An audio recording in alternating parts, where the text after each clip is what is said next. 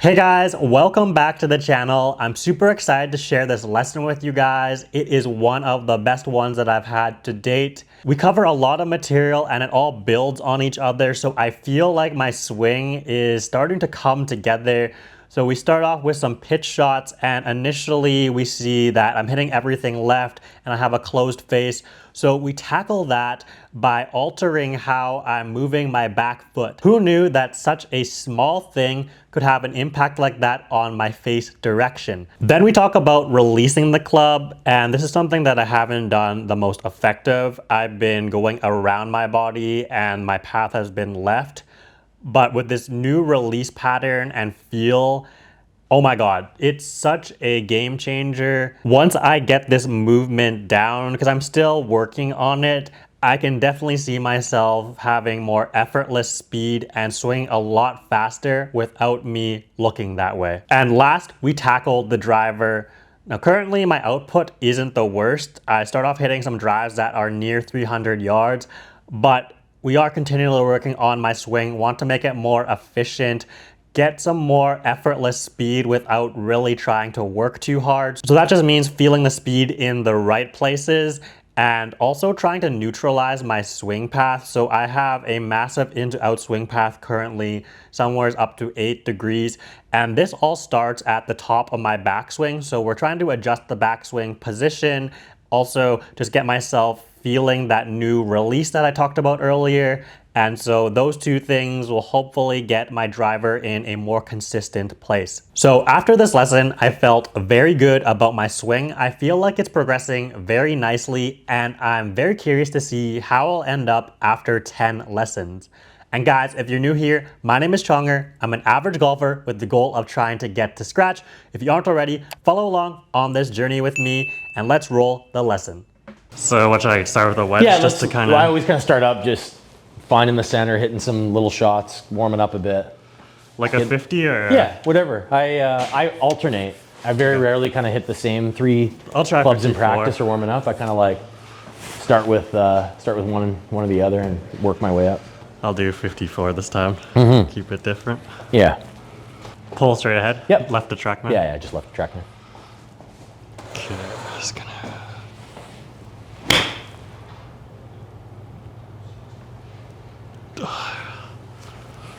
Yeah. Nice.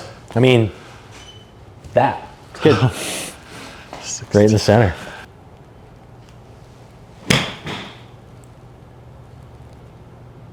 I think that's like 65. Good contact. 54. Yeah. Yeah, nice. Okay. What are you hoping for? What are you planting in your brain here? Are you kind of climbing a ladder a little bit? Or are you hitting like... I just wanted to see the first shot and kind of judge it. Then I was going to try and just see what my flight would have been. When you've got a device, TrackMan behind you like that, every shot I hit, even if it felt like great and it was what I'm trying to like look at I'm just trying to absorb the numbers as much as we can. Face angle and... So is that pull like 70 then? That pull is 78 exactly from where you're standing. Okay. So if you hit the base of that thing, that's 78 yards on the fly. I'm gonna try and go first. Yeah, do it. It's pretty good. There's gonna be like 62. Yeah, it's maybe a little less. Carry 57. Okay. Yeah. Yeah.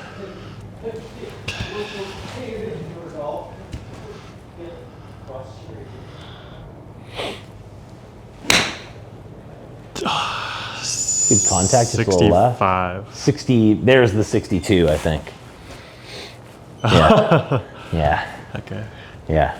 So if you want 78, we need, in terms of like percentage, you need a good like 10, almost 15 more percent. Yeah, I think also too, I guess my smash factor is lower now, which is better, because before my smash was a bit higher with the wedges, so now I can actually swing a bit harder. Correct.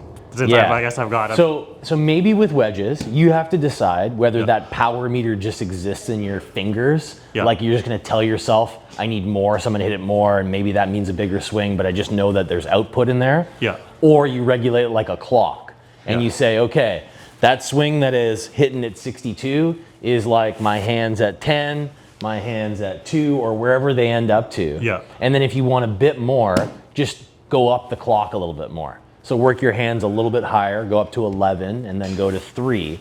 And the output is going to change. We've just got more swing. We're going to get more leverage to kind of get into the golf ball. Okay. Centripetal. I think 10-30 should get it there. Right. So just go a little bit further.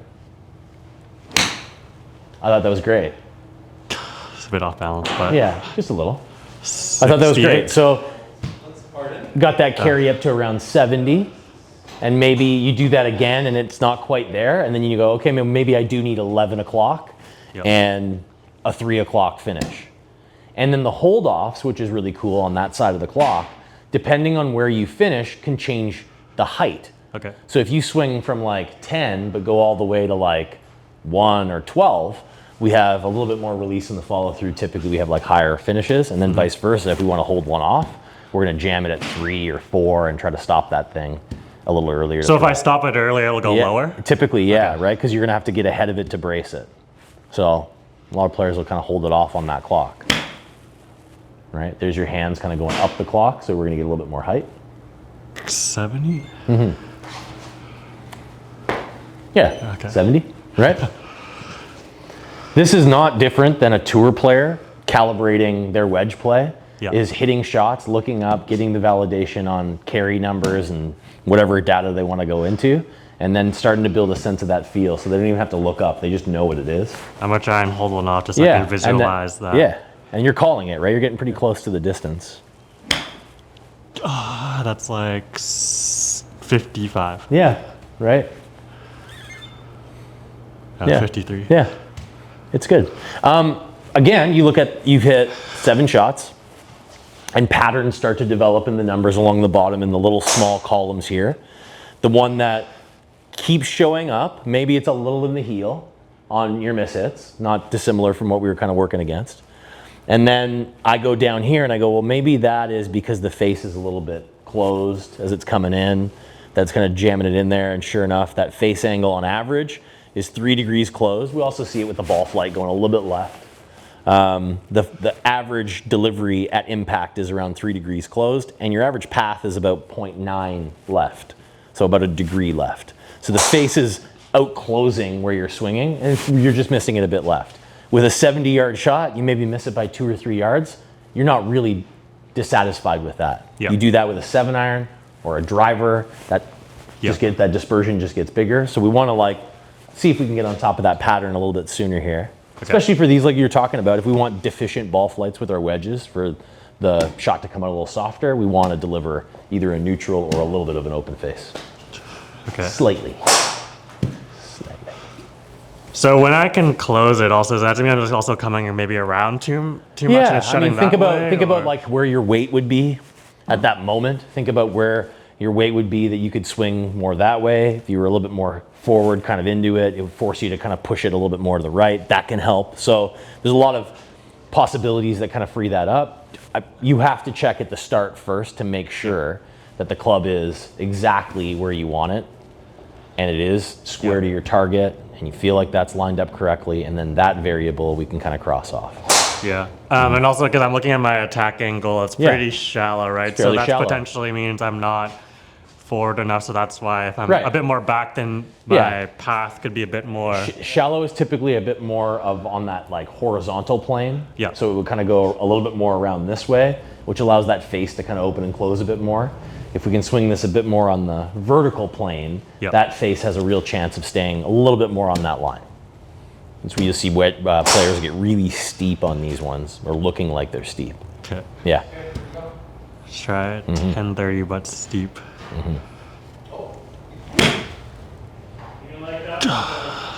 That's okay. That's okay. 70. Club path 0, face 3-5. So that face is still showing up a little bit close. I'm gonna catch a video of you hitting one more. And then let's just go up the bag a little bit. Sure. And see if we can find something else. Hold on one sec here. Graham. Bam. Yeah, keep hitting a few of them. I'm gonna catch them from a couple different angles just so we can kind of look at this while we're talking about it. That was too fast. Is that just because I brought the camera out? You wanted to do that? I rushed that one. Yeah.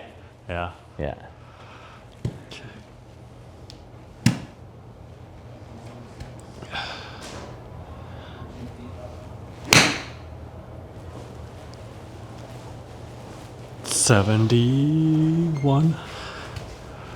70.7. It's pretty close. Okay, let's try and hold it.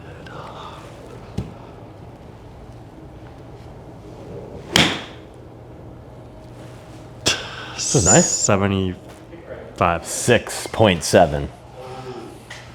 77. 0.7. I got it. Missed it by a yard. Sometimes I do that and I get it right, and then I'm like, oh my gosh, do I actually know it? Here's what I'm looking at, and as you kind of work your way through here, just in kind of the framing of this. Hold on a sec. Yeah, let's go like this and like that and like this. I don't need this part. I need that. Okay. This looks pretty good. This was a nice move here. Check out that back foot. You see how the toe twists and the heel kind of wants to twist? Like the left shoe kind of wants to twist into your heel, and the right one actually gets up out of there and twists that way. Yeah. So that's you twisting. If I just take my heels off the ground, that's you twisting like this. Uh-huh. Okay? Your face is closing this way. So instead of me twisting the toes this way, I should feel like I travel a little bit more in line. If my toe is twisting that way, it's probably dragging the club face across the golf ball. For these little pitch shots, I kind of rock my weight into my left heel. Okay. Right. So another way to do this is to just keep them really quiet in the ground and feel like that right heel doesn't spin out on you. So when we're hitting wedge shots, I leave this up here. This is not drinkable water anymore. I think it's been here for like a year. But it's like the best for these little wedge shots. Yeah. Is you go like that. Okay. So I want you to hit your wedge shot and just don't kick over that bottle of water. All right, you can kind of turn towards your target. Go really slow here. Remember, you're living a little in the heel, so give yourself more room. Yeah. Okay, now we need to really just kind of clear here.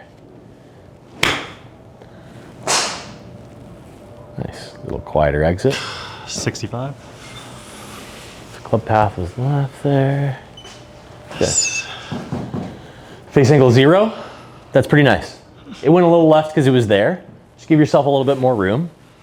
So I think your club face is closing not because you're doing a poor job of aligning it at address or that it somehow finds its way closed in the backswing. I think it's exit. So in the exit of your swing, as you come through, rather than us pushing ourselves in line and letting this face kind of climb up, everything's twisting down here and then the face is just sort of closing around on you a little bit.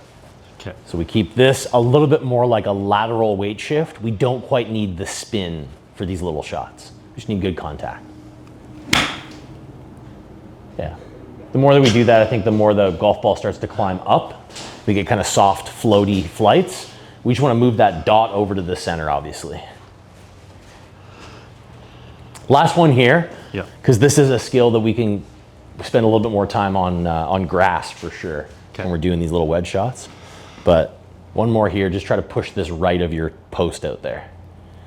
78. Sounded good. It sounded really nice. Little draw release. It's definitely going to be closing a little bit, but probably kind of in that same realm. But good, really good contact there. And your distance control, you're starting to get a good handle on these little ones. Let's go from there to something a little bit more up-tempo pace. Sure. So if you want to go to like 6 or 7 iron, we can do that right away. Okay. And then I'd love to unleash that GT in here today. Yeah. It's my favorite sound, that driver. When it middle of the face, right? Yeah. Actually, so one thing that I was feeling with like the baseball analogy. Sorry, what did you grab there? Clubs? 7. Okay. Yeah, baseball analogy. Because I guess I was thinking about, you know, like how you're talking about like when you're up here and you're ready to go. Yeah. Kind of thing. But I was thinking one step further of like when I'm in the batter's box and I'm getting ready, I'm almost like rocking my weight back and forth just to have some like timing, and I'm not like static and I'm not like ready. So it almost gives me like a trigger to like, like as I'm like ready to like brace. And I've kind of found that like when I'm swinging the best, I'm actually kind of like moving a bit. Actively moving, yeah. Back and forth, and I almost like feel like I'm like stepping forward just so I can come back a little bit. Yeah. We have multiple players of like different sort of fashions at address. Like you think of like a Morikawa And he is so steady before he hits a golf ball, and then kind of lifts it like nothing's gonna move, and then hits a golf ball out of this really static position. Yeah. And then you watch a guy like Spieth stand over a golf ball and hit a golf ball. And everything's kind of like moving, he's getting himself settled, and he's getting himself comfortable, and he's not doing it because he's nervous, he's doing it because he likes to stay active, and he's gonna react out of those positions. Now maybe Spieth isn't the best example of that, but there's a lot of players who have a trigger to start their motion, like a pitcher windup doesn't go like this and then immediately go into your pitching motion. A pitching windup has these little baby steps in there to sort of get you into your motion to rock. You could do this in a golf swing. Keep your feet active. You'll see players kind of move left and right a little bit, kind of shift their feet. Yeah, to try to stay ahead of it. One of my coaches when I was younger just showed me a move. Like we always would do this when I would get a little bit quick in my movement. He would just get me to rock back and forth a little bit. Yeah. Just to sort of time, you know, get a little cadence. And then he would like give me a ball, and I'm just gonna swing a ball back and forth. And he's like, just pick up the tempo, but keep that where that energy is gonna get released. Don't outpace your footwork. So if you wanna go faster, you can step a little bit quicker, but that really is the sequence of kind of letting that club accelerate in the bottom. That's why pros look so good when they hit a golf ball. It's just, they organize that speed really nicely. Oh. I liked that takeaway and backswing, but we're missing center, and we're missing it more with these irons now. So I'm gonna make it tough on you because I'm your coach and that's what we do. We're gonna build a wall, man. That can't happen anymore. So I like that golf swing a lot. I love that backswing, but we just can't have it rattling off the heel. I'd rather you hit toe shanks than heel shanks. No, I wouldn't. I'd rather you just hit it great. This is a little bit more than just a towel or an alignment stick. It's a wall. There you go. There you are. Now, if you happen to hit this with your club, probably won't be great. So don't. So is the shanks coming because I'm coming too far? Yeah, this is the end of your, like if this was a 2D circle on the ground, can you back out for a second? So if I had a circle just sitting on the ground here like this, as you come around with your golf club, this is the farthest point of that circle. This is the circumference of that circle. If you move the center, this way or that way, the circumference of the circle goes out further there. Now we get the heel, now we get like maybe further, or we just get those little hits. So somewhere in your motion, from where you set up that doesn't feel like you're gonna hit in the heel, to somewhere where you get to the top of your swing and then back to the golf ball, you're closer to the ground and closer to the ball. That means contraction. That means I'm like in a squat going that way. If I was fully extended, it would be hard for me to reach the golf ball. The wall there is just gonna help you understand that you can't go there. It's not really that punishing. I haven't put you in a position where you're in danger, but it's just like, okay, that's there. I can't go in that space. I don't want to. I want to live right here away from that wall. So if you want to make a few practice swings to get comfortable with it first, or you want to jump in and hit it, it's fine. What we want is you just give yourself spacing away from it. Where that spacing comes from, to go like one step further, is your pelvis, your distance from the golf ball, where your center of your pelvis is. If this thing moves, center of my body, if this thing moves that way, there's no chance I'm not closer to the ground. I'd have to save it with my arms a little bit. That's here. If this stays right there, nothing else is gonna get closer. So we wanna keep our distance, and keep those feet a little quieter and on the ground. And also feel like the feeling of I'm coming so that little wedge move that we started to work on, I can see how this is gonna carry into kind of the rest of the stuff here, especially if heel's the issue. So I don't want you scooting in, so go nice and easy. Good. Good, definitely not the heel, but also I put something scary in front of you. So unless you're full of danger, you're gonna stay away from that wall.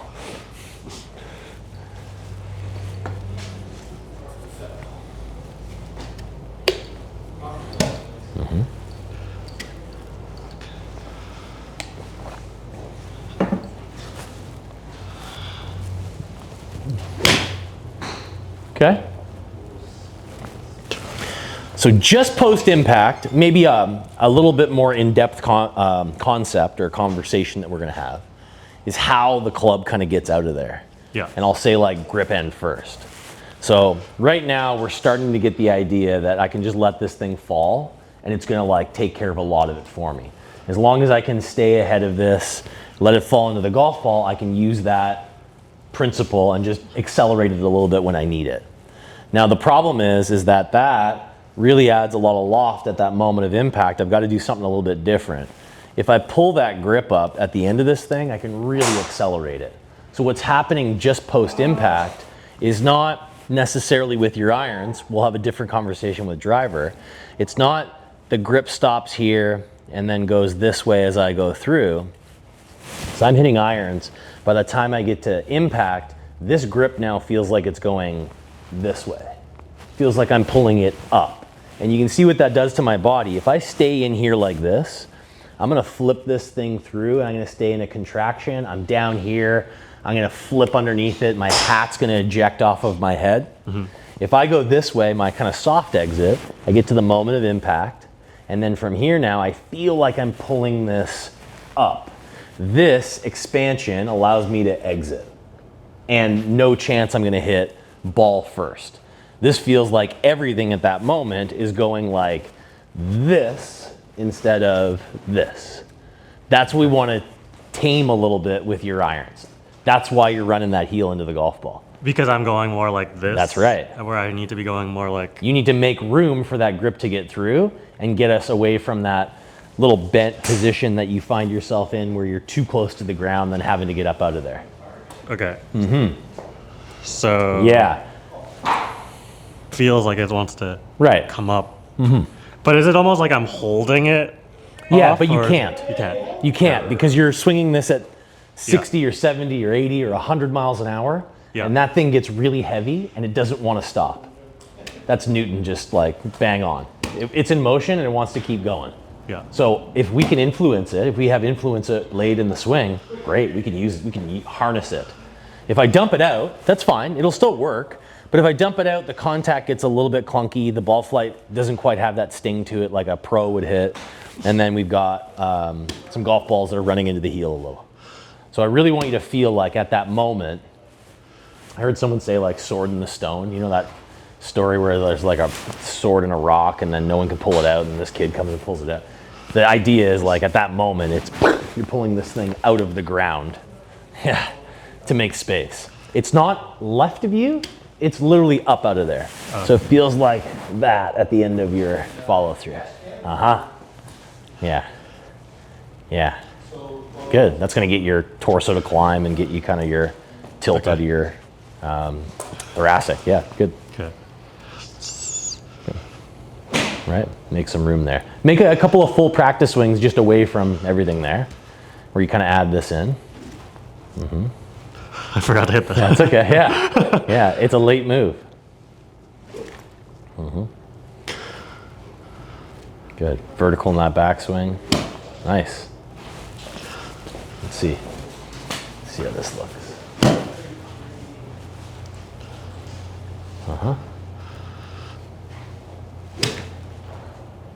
I'm jumping in for a second. I'm gonna put some demos in here. I see some things. Jump in for a sec. Okay, so top of backswing. This all looks great here. As you're coming into it here and into the follow through of the swing, I see this like, I don't even know, I can't really get there, but I see this really narrow, low elbow exit in your follow through. So you get in here and it's really tight to your body in that space. That's happening, those hands are traveling, my elbow in particular is traveling under my shoulder line. This is gonna keep the ball really low under here. This is like hitting it like this. Right? I wanna create some height in that lift, so I want expansion or extension out of my lead side in particular. So as I get to this moment of impact, I really wanna feel now that exits way up here. So I can't hold on to that forever. That's probably not a great way to hit a golf ball. It's an idea that I wanted to introduce to you a little bit. But I want to keep kind of that structure, those forearms together, a lot longer into the follow through so I can really climb this up. My elbows are going to finish quite a bit higher in the finish of this. Let's go first swing of the day, 7-iron. Let's see how we do. It was really clunky, but you can see where my arms are kind of going there. So you take two. A nice small arrangement here. Oh, my. Sorry. That's good. Yeah. There we go. Nice. That, right? Yeah, nice. Nice. Okay. Yeah, I feel that exit's a bit different than this. Yeah. Okay. Yeah. I don't know if I've told you the story of one of my first golf lessons. It might have been my first one ever, throwing clubs. Did I ever tell you this story before? No. I'll tell you it really quick. The pro I went to go see, he was in his 70s. He was our head pro at the time. Didn't do much teaching. He was kind of like almost retired. My dad said, you want a lesson, you go to the pro. I went to the pro, I asked him for a lesson. He said, meet me on the range and bring 15 lost and found clubs. I'm like, okay. I'm like 14. I have no idea what I'm doing. I'm better than my dad can teach me now. He's like, go to the pro. So I go out to the range. I got a bushel of clubs. I get them from the back shop. They're like, you have a lesson with Ron. They already know the script. I go out there. He's out there already. He's in a chair, folded up little chair, sitting there, chain smoking, and just watching the range. Comes over and he goes, okay, come over and hit. You're gonna hit some golf balls? And I said, yeah. So I pull a golf ball over. He goes, no. Take those clubs and I want you to throw them on the range. And I was like, oh, okay. So I take a club, one-handed, and I like throw it on the range. He's like, no. Hold it like a golf club, hold it like you're gonna hit a golf ball, and then I want you to let it go and try to hit that flag out there. It's like 75 yards away. So I'm throwing clubs at my club on the range, just letting them go, helicoptering them. One's over there, they're going all over the place. And then finally I kind of get it, where I'm releasing this thing, like where I'm letting my speed go to let the club kind of helicopter up there. I get a few like really good chucks. Yeah. He goes, grab your 7-iron, grab my 7-iron, he goes, hit a golf ball. I hit one, I'm like, whoa. He gets up, folds his chair, and leaves. This is like 15 minutes. We're done. Yeah. Doesn't even say anything. I go home and I'm like, Dad, I don't know what happened. This guy sat in a chair. I threw clubs. I hit a great shot. I have no idea what I did. It was like 15 years later, and I was like, okay. Yeah, I want my speed to release where I want the ball to go. Yeah. I don't necessarily want it to just die and end here. Yeah. I definitely don't want it that way. I want it to kind of go this way. And if I can get ahead of just like, I don't need to hold on to this so tight to make it go far. I just need to fling it out there somewhere. The feeling is, there's the release of my golf club. It was a weird lesson, but it stuck with me. What I want you to do is get that feeling, that sensation, that we're getting that club to kind of release in the direction that you want this thing to go. If you want it to go up, this club better like be let go up in the air. If you want it low, we kind of let it go or hold on to it a little bit lower to throw it down. But these are athletic motions that I think a lot of us can get into if we just have an idea of what we want to like do with this weighted object. These are great swings, man. Really good swings. I feel like actually when I'm thinking of just up, I feel like the club head speeds faster. For sure it is. We can get really stuck on impact. Yeah. We can get really stuck on like, and especially because we've been talking a lot about it, I'm a guilty part in this endeavor because what we talk about is how good this can be and how good that can be. So we get this like half a golf swing idea of hitting a golf ball. Yeah. But we have to send it somewhere. Yeah. And if you were hitting a baseball like that or a tennis ball where you're like, okay, I just want to do this to it and hit it, and that's the end of it. There has to be these release moments where you're thinking about the direction of where you're sending this energy. So this is a good thing for us to kind of like cue up some freedom because we need to hit driver this way. There can't be any hold on steer, squeeze it in the fairway. It's too fast. There's too many things going on. There has to be some freedom to let it go. So I think let's hit a few shots here where we can kind of play off of that. You releasing the club up your line, keeping your space, not moving too quickly. We don't need to see the longest shot you've ever hit. We just want some nice free follow throughs. Good. That's good. Oh my gosh. That was nice. Nice height. A little shape on it. Yeah. A little shape on it. We're 0.8 attack angle, so we can steepen that a little bit. I think that's where that curve kind of came from. How did it feel? I mean, I felt like more free. I also just felt probably a bit more off balance too, because I was kind of just thinking like, now I can just be free and release. And So I'll add something to that lesson from the pro, and I'll say this because we're standing on a mat and we can kind of surround it like an island. Yeah. So if I was standing here, and this was the edge of a dock, and I had a club in my hand, and we had a contest to see who could throw it straight and far off the edge of this dock.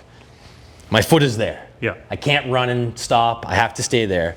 Could I throw it with enough force and effort and still be balanced on the edge of the dock, or am I in the water? Yeah. Or am I in the water this way? Yeah. Or am I like dancing away from the water? I should be able to, if I really let this thing go with some speed, still post up on the edge of the dock without losing in the water. That's the caveat is, with no structure, I could run and go, woo, and then fall after it, but I don't want that. I want to feel like at the end of this thing, there's a point of where I kind of end this golf swing. Okay. Yeah.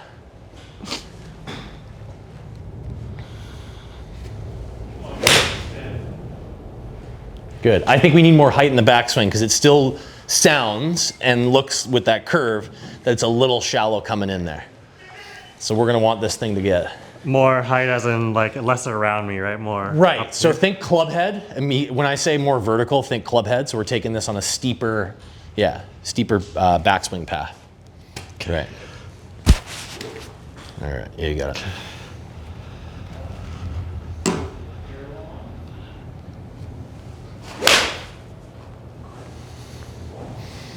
I like that one, where we get the attack to. Oh, 0. Went the wrong way. A little under. This is looking way better though. I'm gonna kill all this stuff. Okay.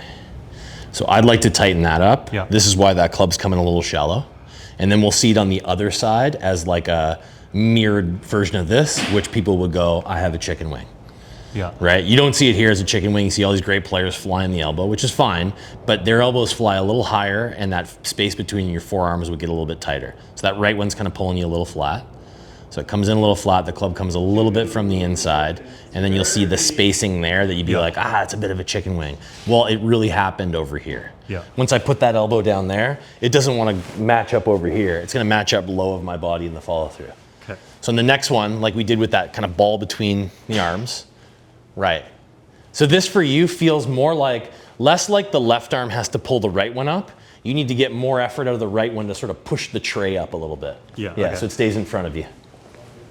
Right, and that's gonna help you keep them together as you get into that follow through, and they won't roll as much, and then we'll have some attack and height. Yeah, great. Okay. Okay, so still keeping that idea that we have some freedom in that release. Good. I would just say slow it down a bit. That was okay. Yeah, attack angle goes to 2 degrees down. You just got a little quick on that one. I'd like you to calm that tempo down. I'd like to see, and I think you would too, I'd like to see and you feel that the fastest part of this golf swing really happens either just before or just after impact. Okay. We're really kind of disguising it for a long time. There we go. I like that shot right there. 3 degrees down, club path 0. Base angle open. Who's this guy? This guy just hit a fade. What are you doing?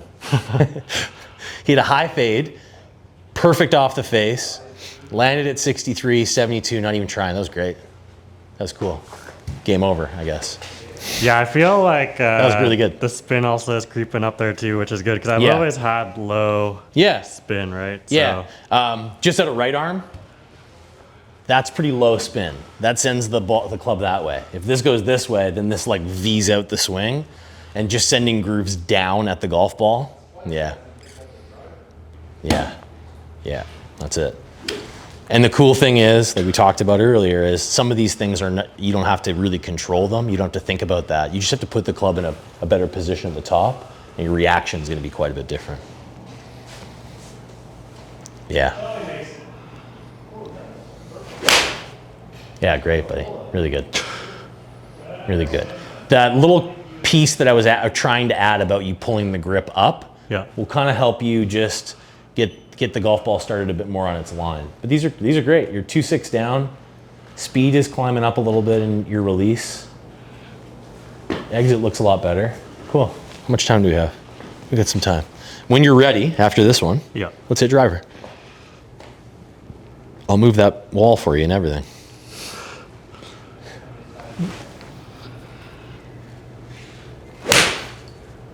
Have you hit it in the heel since that wall's been there? I don't think so. Not really? No. Okay, so for your own practice, you don't need a wall. Just get yourself a yoga block. Yeah. Piece of foam, something square with some elevation, put it on the ground, always outside your toe, never hit the heel again in your practice. Yeah. If you just get up and hit golf balls off the ground, it might start to like kind of work that way, and you might get one, you're like, no big deal. I think big deal. I don't think you should ever hit a shank again. Yeah. Really. So I think if you, in your practice, put something that mirrors that, and yoga blocks are kind of the perfect size, that'd be a great addition to your kit for practice. Sure. And then I would leave it there for driver. I'm not gonna leave this there. Good effect though. I have something else for that. But I'm gonna let you do your thing first. You show me that you can hit it in the center of the face. We don't need any obstacles on the ground or anything. What is, before we get going with the driver, what's the preferred shot shape? What do you want? What's happening, what do you want? Okay, well, when I first got fit for this, Yeah. my miss was a hook, That's right. That's right. So we opened up the face a little Yeah. bit, and we Yeah. kind of counteracted that hook. Yeah. So if I was to miss it, it would be on the right. Right. I still would, if I were to miss something, I'd Yeah. rather be on the right. I Yeah. hate the left. Yeah, for sure. I don't like hooking it. No. My preferred, if I had to pick something though, Yeah. it'd be a nice high draw. Okay. But I'll also, actually I just want a Higher shot. high shot. Yeah. So, I think that's a good way to look at it. When we turn a ball right to left, there's always the possibility that too much is going to happen. And that usually brings with it lower spin and then that snap hook, which is a really punishing shot because it doesn't have enough air under it. Yeah. It's why a lot of the better players favor a fade because it just stays, it carries a little bit further, Yeah. and it also dies a little bit sooner, so it's not going to get away from you. So it's a safer miss of the two patterns. Doesn't mean you can't. There are some phenomenal players that hit draws, but they do hit it high to offset so that we can get some spin and some height underneath this thing. Yeah. So if your intention is to hit a bit of a draw, then I would imagine that we're also anticipating a bit of a miss to the right as a better of the two misses. Yeah. So we're looking at the post as our target, but the two big trees that kind of frame on either side of TrackMan, the two tallest trees that kind of look like goalposts up there, we're gonna try to favor a little bit more of that right tree. So you're trying to look in a window that's as high as the tip of that tree and a little bit more left of the top of that tree right there. And I'm doing this on purpose because with my driver, I start to look into the horizon. Yeah. With every other club in my bag, I have an end distance, and I'm probably hitting it to a target. But with driver, I have to let room for it to, it's like I'm hitting it down a runway, but I want to see its start window. So we're looking up into the sky. You hit a bunch of shots and let's figure out your pattern. Let's figure out what's going on. You know, it's funny though, now after even working on some changes, I cannot hit a draw for the life of me. Really? Like with my irons too, like I was trying to, when I'm practicing, try to hit two left, two right. Yeah. Just trying to really focus on it. I can only hit it right if I start a fade on the, on the middle and fade it off. I can't like hit a draw anymore. I don't know.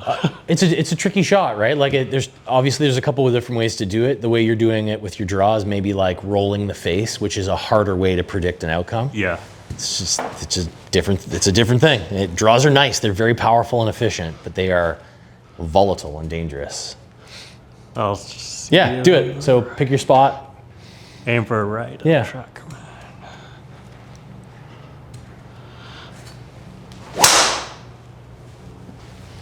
Can I see that? I was going to grab that driver before because I know that we changed the settings on. So C1 is open. We got weight in the toe. We got everything here to offset the hook. Yeah. We might change this very quickly. Just get you to like A1 and see what happens. Because on the first hit, if I only had one to look at, I'd be like, whoa, that's open. Hey, whoa, this is all set open. Let's change it.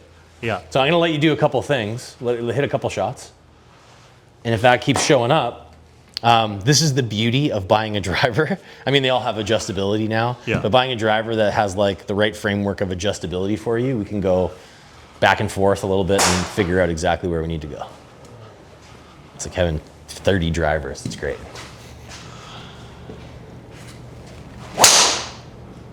Two for two, man. Like perfect delivery, pretty close to center, moving at good speed. Swing direction was to the right, path was there, face is a little bit open. We got gear effect, lots of spin. Our spin axis is 20 degrees. The wings are really tipped out to the right. You can hit one more and then we're gonna change that thing. This setting currently would be very difficult to hit a draw off of. Yeah. You really have to try to like hook it. Turn it over, yeah. Yeah, but I think it's also the reason why this was set up that way is because the hook at the time was so severe. So this is not the case anymore.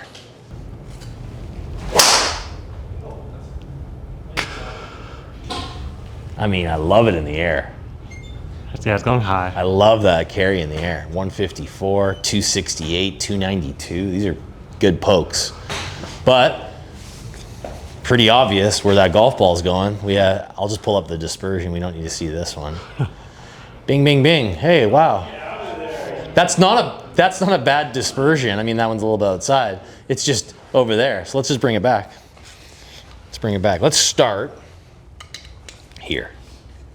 Let's start at the weight and just get it to neutral. It's in the toe right now. So we can either go right to zero, ground zero, and then kind of like figure out what we need.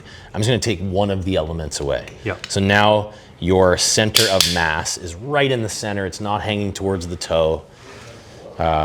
This should have a little bit of an outcome. It's not a big movement, but a little bit of an outcome on the shape of this golf ball in the air. Super solid, smash great, height great, everything great. Let's get that face square. Swing directions,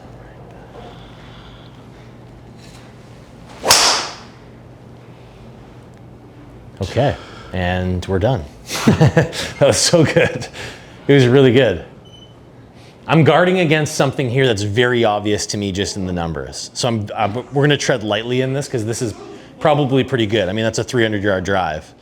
We moved it over one tick. This is what I'm guarding against here. The space that exists between your swing direction and your club path. On the one previous, it was 7 between that, and the one before that it was 6, and this one was a little bit less, so it was a better drive. What that's telling me is the club is really inside before it gets to the golf ball, and then it's less inside. So it means that it's climbing from in, and then coming in and kind of stopping here. So it's really coming in and like a push pattern to the right. Yeah. So if the face doesn't close for you enough, she just goes straight right. Yeah. If the face has a little bit, or that toe weight is in there, it's straight right with a fade. No matter how badly you want this thing to turn over, it won't do it. If I move that thing one more notch over, I think we start to get draws. Yeah. If I move it into the heel, I think you go, whoa, whoa, whoa. So I want you to hit a couple with this setting, kind of neutral. B1 is still really good for you because it's kind of a flat setting, so it holds off the hook and gives you a bit more spin.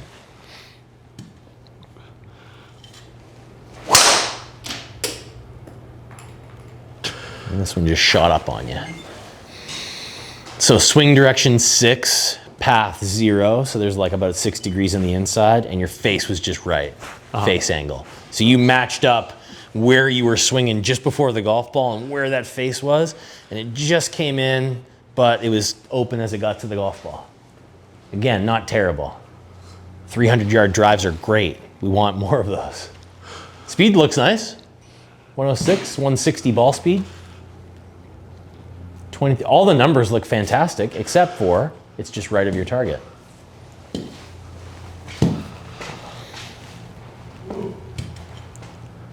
I mean, I haven't honestly been thinking about anything about releasing. I've just been thinking about trying to Okay, well, let's do that then.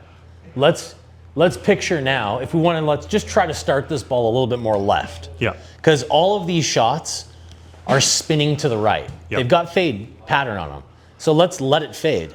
Let's start this inside the left tree goalpost out there and see if we can get that thing to just fall that way. Okay. Point yourself there. Get a nice full finish on that one.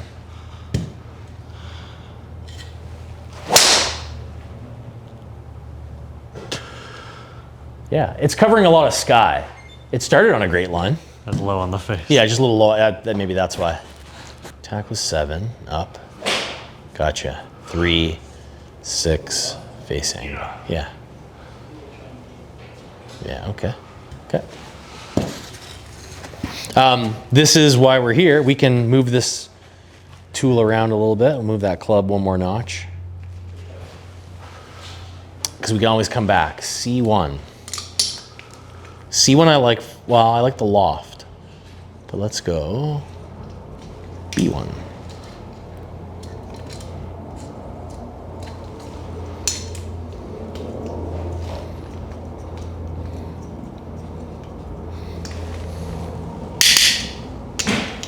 Baby draw. Baby draw. You tell me if it gets nasty, we're gonna put it right back, but this is a baby draw setup here. Other than the ground, yeah, I hit the ground. There's your little baby draw. Yeah. Yeah, that's the first one that we have spin axis left, turning over. Yeah. Let's see, because I know you hit the ground there, but I want to see, we want to keep, when you hit a good little draw with it, we want to keep north of 2,000 RPM on this thing. Okay. If it gets down into like the 1500s, yeah, it becomes very difficult to control. Probably some of the longest drives you're ever going to hit, if it can hit the fairway, but they'll get a little wild. So we want some spin under these things.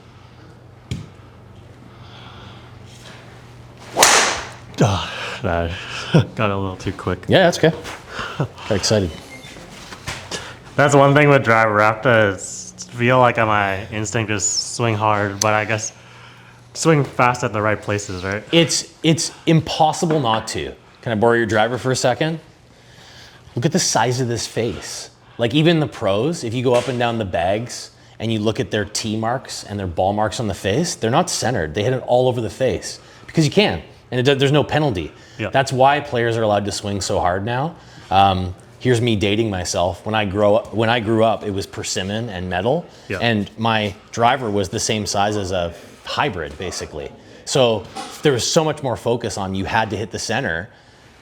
If you just make a wild swing, like you literally, the ball's going nowhere. So now there's some room, but you still have to hit the center. Yeah. Right? You can't miss it by that much. So try to get the feeling that everything's kind of staying steady as you get through this golf ball.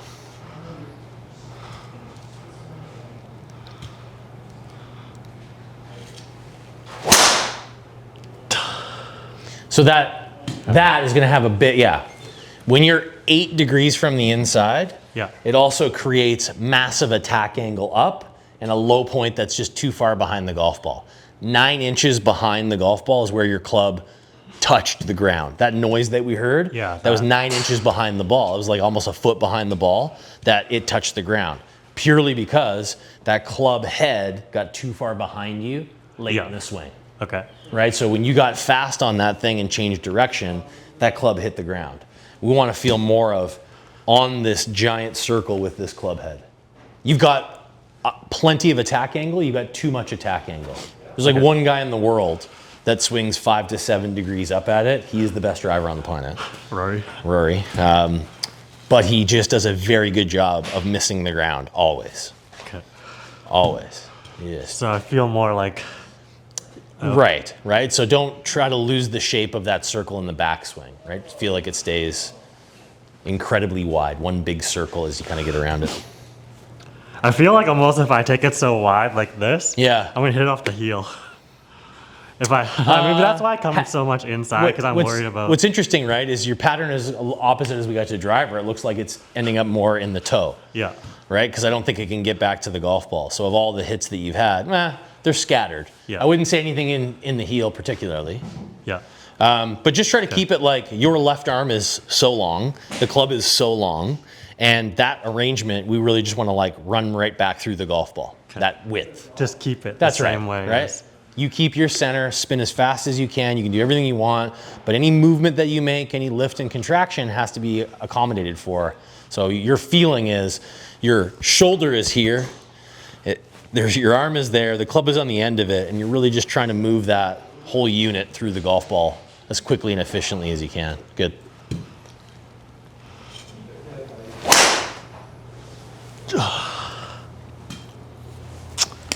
That felt heel. Okay. Since I've changed the one setting, you haven't hit it on the face yet. I'm gonna put you back to where it was comfortable. I think C1's a nice setting for you.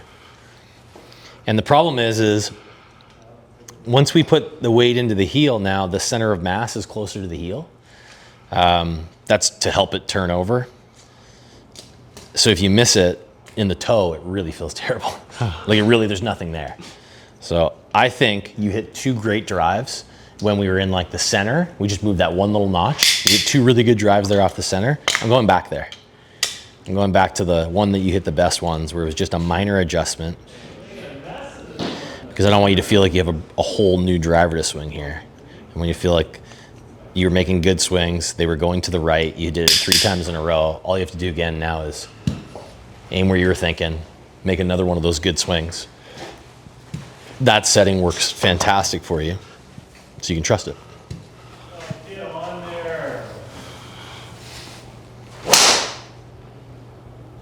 I mean, I know you hit it in the center.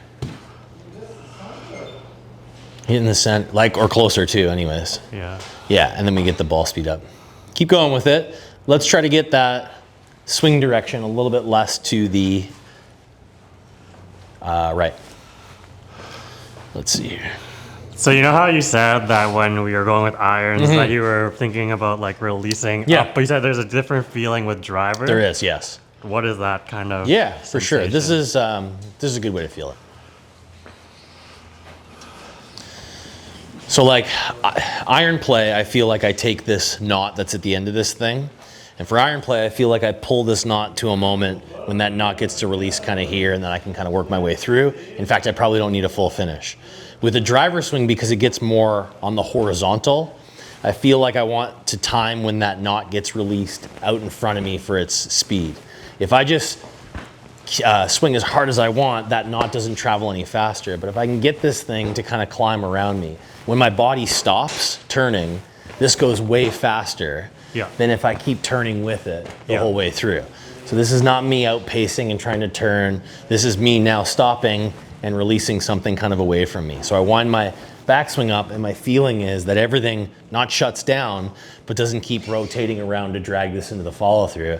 Now I can stop and send that knot away from me. That's really what the driver, that explanation of like a linear or long release is that I start to release that energy sooner.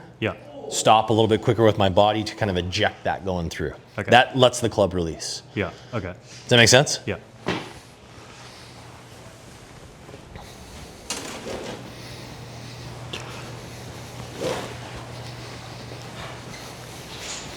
Yeah. Nice. Great.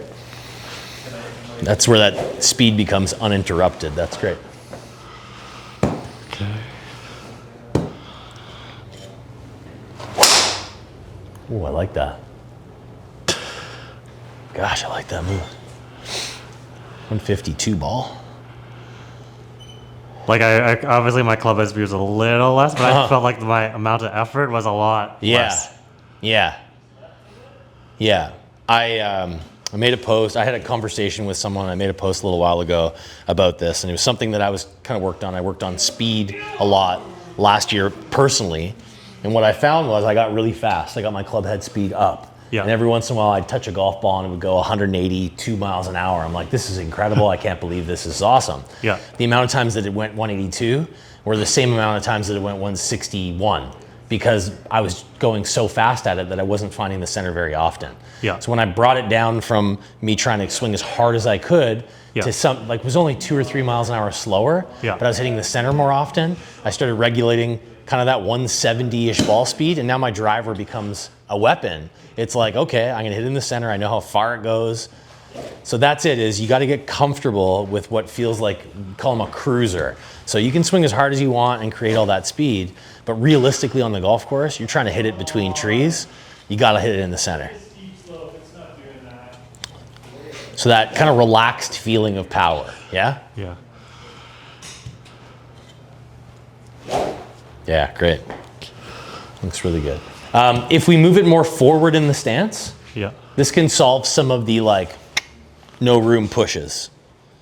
I feel like it's already pretty forward when I'm. It's there, but you can move it more. You could, forward. Yeah. Right. So now this becomes more difficult for you not to hit the ground. This could be a good thing for you to learn, right? To kind of swing out there. Nice smooth one. Yeah, we're just gonna catch it a little bit different on your It felt different on my face. Oh, for sure. Well, it was just a miss hit, but okay. We're gonna catch it. We're gonna catch it different in the swing up there. So because it was so far forward and you were still swinging from the inside and up at it, it becomes very difficult to hit that ball up there. This might be a drill that you use more often than like I'm gonna set up with it way forward in my stance, just to sort of help you with that.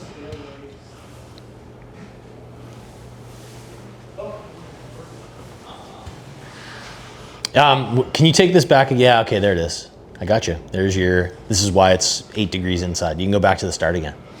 When you take this away, keep that all together and move it like that. Okay. Okay.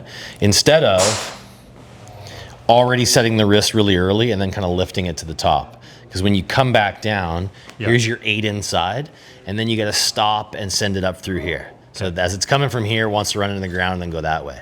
Yeah. It's happening because you achieve your wrist angle almost too early, and then you have to hold on to it a long time. So really passive wrists for a long time in the backswing. So they can go this way, but we don't want them to go this way as much. So you can kind of feel like they lift a little bit.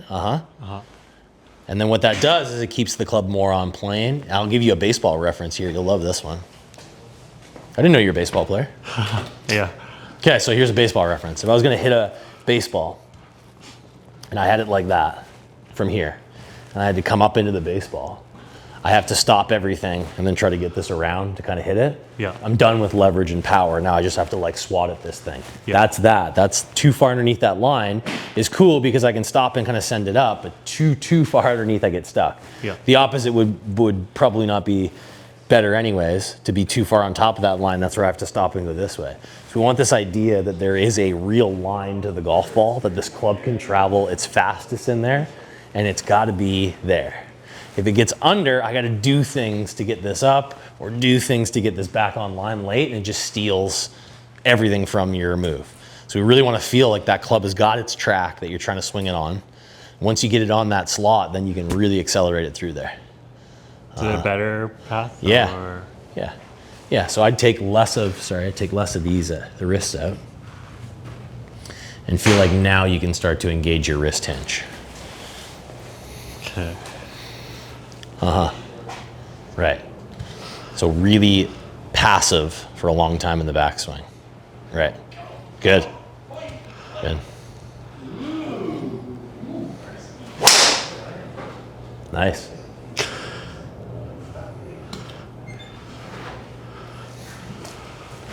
Yeah, slow. Low on the face, but look at your swing direction, look at your attack angle. Half and half. Yeah. I love that. Okay. Here's my you know what? It's not even baseball season. Here's my last baseball reference. If you're throwing it really far, this is this. If I'm throwing this really far, I'll do it left-handed so you can see. If I'm throwing it really far, the first thing I do with this wrist is not immediately set it into its maximum capacity, take it around me, bring it back, and then try to release it.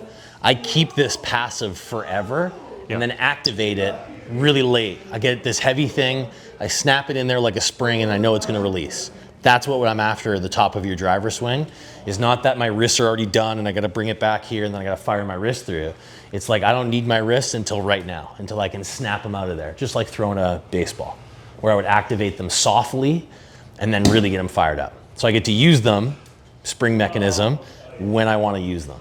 If I turn them off right away, or if I just sort of fully engage them, then I have to hold on to that. I don't get to, it's like I'm gonna jump as high as I can jump and I do this first. And now I wanna try to jump. I have nothing. My springs are like loaded, but I'm not gonna jump very high. I need to kind of do that to create my jump. That's the same thing in the top of the backswing. So I wanna just have that hinge loaded loosely. Yeah, good. Right. So super passive, just like a baseball. I'd wind up, hands are on there soft.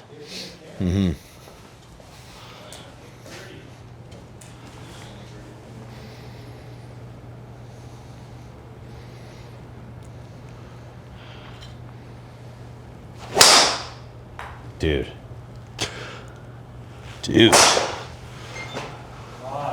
So we can't beat that. Yeah. Right? That's, I know it's not 107 miles an hour like you were swinging and you were hitting it far, but swing direction, path, like this ball is only hitting fairways. Yeah. If you can increase a little bit of that output as you work on that move and find, okay, I can create a little bit more snap in there, this, at these numbers, is just gonna lead you to like hitting bad shots that are still good. Yeah. Rather than like, man, you hit some bombs, but you're also like, you hit some that are on another fairway where you're yelling like, look out, here goes my golf ball. This is great. So that early activity with your driver that you could probably do with a wedge in your hand, you probably do with an iron, I can go like this, hold on to it, and just doesn't work as well when we're trying to get this thing swinging around us that's just longer and bigger. If I'm just analyzing the numbers, because obviously 1.5 smash is the best you can get. Just a low height and low spin, is that just due to low club speed? Yeah, so a little bit of like, you've got a club in your hand that is built to help you at the speeds that you're at. So as we bring that output down, those things come down, right? Ball speed and spin, that definitely comes down. The launch characteristics on that one came out a little bit lower, but we're also now, you got used to swinging pretty far up and to the right and seeing a golf ball go there. Now all of a sudden we flatten this thing out. How do we get that height that we want without swinging over there? We've got to create a different kind of release point for you. Adding some loft at that moment of impact. So this is a de-lofted kind of hit, right? Like this is less loft, launching a little lower. Is it terrible? Absolutely not. If we increase the output a little bit, this thing carries 250, 260, and now we have, 290 drives, and you're chipping it out there. Yeah, it's good.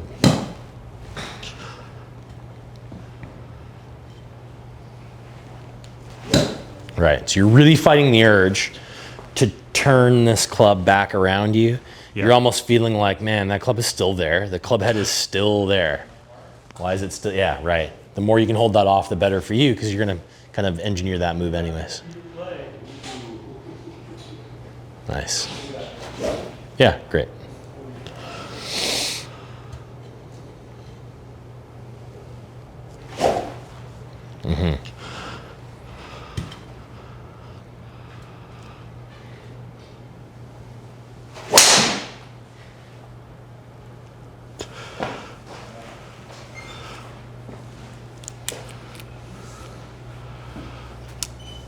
Okay, a little spinnier, a little bit of an open face.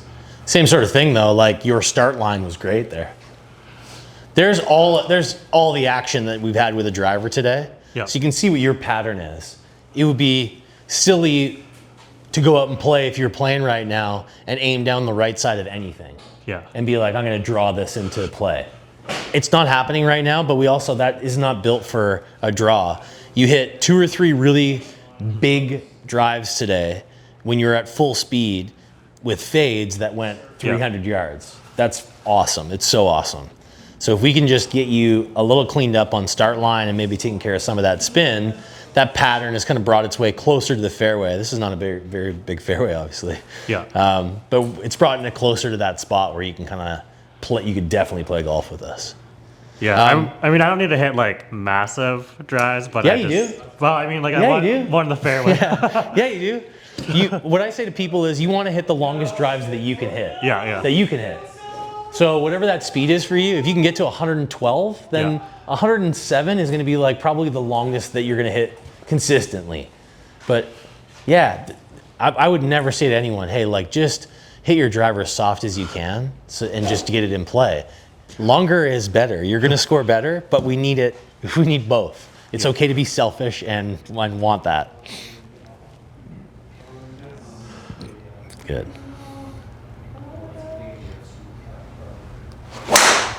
I think I got a little quick in that transition, right? Yeah, well, you're starting to go a little slower now in your backswing, so it's creating this like the jump that's happening.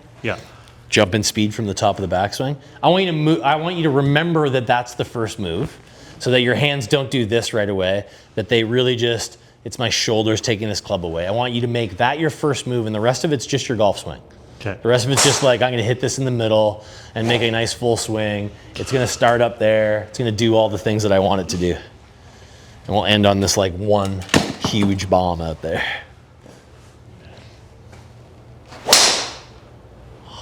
It's pretty good. It's pretty good. It's pretty good. It's hanging in there. It's a work in progress a little bit still to get you hitting it there. I love this.